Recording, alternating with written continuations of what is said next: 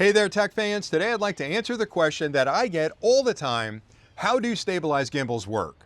Now, before I get too deep into the whiz-bang technology behind these modern marvels, I want to talk a little bit about stabilization in general, because a lot of us think of stabilization as a pretty new invention. And we think of it in terms of a handheld gimbal for your cell phone, or a handheld gimbal for your DSLR, or if you're flying a drone, that stabilization technology inside the drone that keeps that camera rock solid no matter what's going on with the drone up there in the air. But stabilization in general goes way back to the days of the Greeks. I mean, they were a really inventive culture, but they thought a lot about stabilization, and they started applying it first to ships that were heading out into choppy waters. Because if you're a seafaring captain and you're out there in really bad seas, the only thing you have to know that you're on course is your compass. Now, I know you've got a sextant where you can line up the stars at night and all that, but that compass was critical. I mean, you didn't have the internet, you didn't have GPS, you didn't have your cell phone, so you were glued to that compass. And if that compass was glued to something on the boat that didn't move, and you got into choppy seas, it would be almost impossible to tell where that needle is pointing. So the first application of gimbals back in the early days was to stabilize the compass on a boat. And it's still used today. A lot of boats have a stabilized gimbal. It's basically a cradle that it sits in that can move in 3 directions. So no matter what the boat's doing, that gimbal's staying rock solid.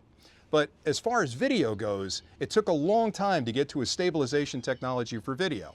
Now, early attempts at that were things like the Steadicam, which was invented by Garrett Brown back in the 1970s, and it was a mechanical gimbal. So it was this big contraption that you would strap on as a cameraman, and it had pulleys and belts and springs in it and weights in it that kept the camera stable. No matter what you did, for the most part, that camera would stay stable and would capture really smooth footage, because before that, cameras weren't stabilized. And if you watched early movies, just the cameraman breathing and the heartbeat and sort of, any movement at all would cause a jitter in the film and had to be corrected later, or if you noticed it was fairly unsettling. So that early adaptation of that Steadicam was really modern technology for the time, and that was back in the 1970s. Modern stabilized gimbals really took a lot of leaps in technology to get to where we are today. So essentially, a stabilized gimbal has a couple of components. The first thing it needs is some way to detect the motion. And that's typically an IMU, which is based on a digital compass. So inside these guys, there's an IMU unit that's watching any kind of movement in the 3-dimension area, and it's going to correct for that by sending a signal to the motors that actually move it in 3 directions. So it moves this direction, this direction, this direction, and there's technology inside there. There's brains inside these units that can measure that motion and turn that into the opposite motion to move those motors. Now, if you think about that for a second, it has to notice the movement, it has to send a signal to the motors to correct for that motion. And you're fighting the laws of physics there. Now, if you've had any basic science, Newton had 3 laws of motion, which are the basis for all of our physics nowadays. And it's interesting because he was around in the late 1600s, and that guy had a head of hair. So if you look him up on Wikipedia, boy, he's got these long flowing locks. He's a beautiful looking man. But anyway, he was brilliant, and he's one of my heroes. But Newton had 3 laws that pretty much all motion is governed by. And the first law was that any object in motion tends to stay in motion until it's acted on by another force. So if you're in outer space where there's no gravity and you give something a push, it's going to traverse away from you at a constant velocity until something else affects it. Now, on Earth, we can't do that because we've got wind resistance and all kinds of other things. We've got gravity pulling the object down, but that's the first law of motion. Now, that comes into play here a little bit, but the second law of motion, which is really important, does come into play, and that's force equals mass times acceleration, which means for me to move things, I've got to expend some energy. And there are 2 types of energy. There's potential energy, which is the battery inside the unit, and then there's kinetic energy, which is energy in motion. So when it's spinning these motors, it's using that potential energy to energize the motor and turn it into kinetic energy to move it. But the challenge is it has to move a bit of a weight. So it's got to know what that weight is. So when you first set up a gimbal, you've got to set it up so it's balanced, so you know exactly where that center point is to make that motion really early. And that's important because there's a wide variety of gimbals on the market. And even though they can all stabilize footage to a certain extent, there's a huge difference between the different manufacturers of gimbals. And that's why you see some that are really inexpensive and they look like a great buy. And then you see others that are more expensive and you're wondering, well, what's the difference between them? So I'll get into that in a little bit. But the third law of motion, which is the one I really like, is that every action has an opposite and equal reaction. So it doesn't make sense when you first think about it, but if you're standing next to your buddy and you try to push them, you have to exert some energy to move that body, right? And that's because that guy or that person is pushing back at you with an equal force. So you've got to exert more energy to move that thing or move that guy than he's pushing against you. And of course you have to overcome friction and all the rest of that. So there's a little more complication to it. But in this case, what those motors have to do is overcome the mass of that phone or the mass of the DSLR, or in the case of the drones, moving that little camera around, and they have to calculate that on a regular basis. So again, I called them modern marvels at the beginning. When you think about what's going on inside of a gimbal, you've got sensors, the IMU unit, the digital compass that's noticing movement in 3 dimensions. You've got the intelligence inside that can read that, turn it into a DC voltage that it can actually send to the motors and send to the right motor because it's got to compensate for 3-dimensional movement. All that's happening instantaneously. Now here's where the difference comes in.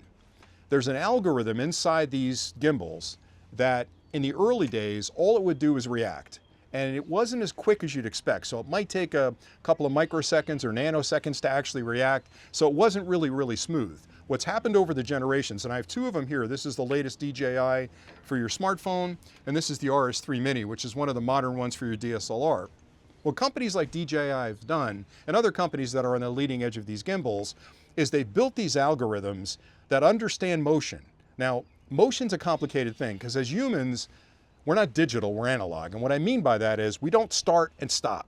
We start slowly, ramp up to a speed, and when we try to stop, we actually ramp down, and sometimes we'll pass the stop point and back up a little bit. So there's a lot of complications in analog movement like that. Whereas digital movement's easy. It's on, it's off, that's it. I move, I stop.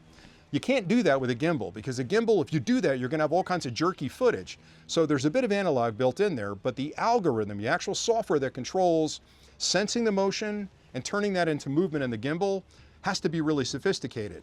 And what they've done through the generational changes on their software is that they understand movement of humans and have adapted for that.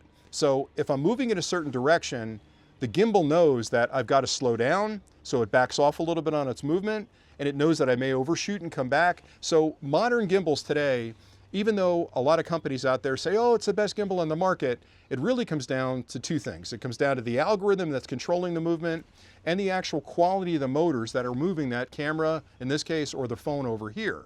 Now, the better quality gimbals have a very advanced algorithm that, in a lot of ways, almost predicts movement, because it knows how humans move. We can't do funky things. I can't move from here to here instantaneously. It's going to take me time to ramp up, get there, and then slow down. It understands that, and it adapts for that. So the better ones are almost anticipating your movements before they're making the adjustments.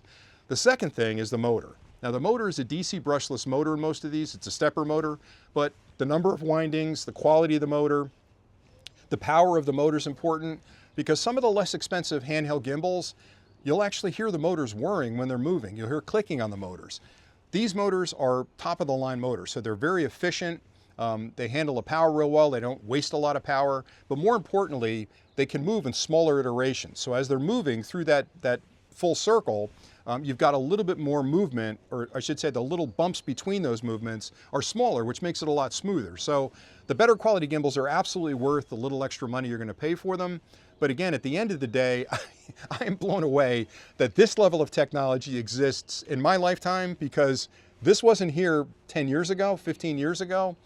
And it was all mechanical. It was all pulleys and springs and counterweights and other things. And you had to wear this giant contraption to stabilize any footage. Now anybody can go out and find a gimbal, a stabilized gimbal like this, pop your smartphone inside of it, and create butter smooth video, because this is going to anticipate your movements out in the field. And with the energy in the battery, which is the potential energy, converted into kinetic energy to move that phone around, it's going to smooth that footage out, which makes your next outing when you're filming something absolutely brilliant. And that's how gimbals work. So hopefully you found this, this explanation helpful. I've enjoyed talking about it. I love talking about nerdy topics. So if there's something else you want me to talk about, just let me know and we'll get into it later. But that's it for today. So hopefully you've enjoyed this. Thanks an awful lot. And until next time, as always, stay nerdy.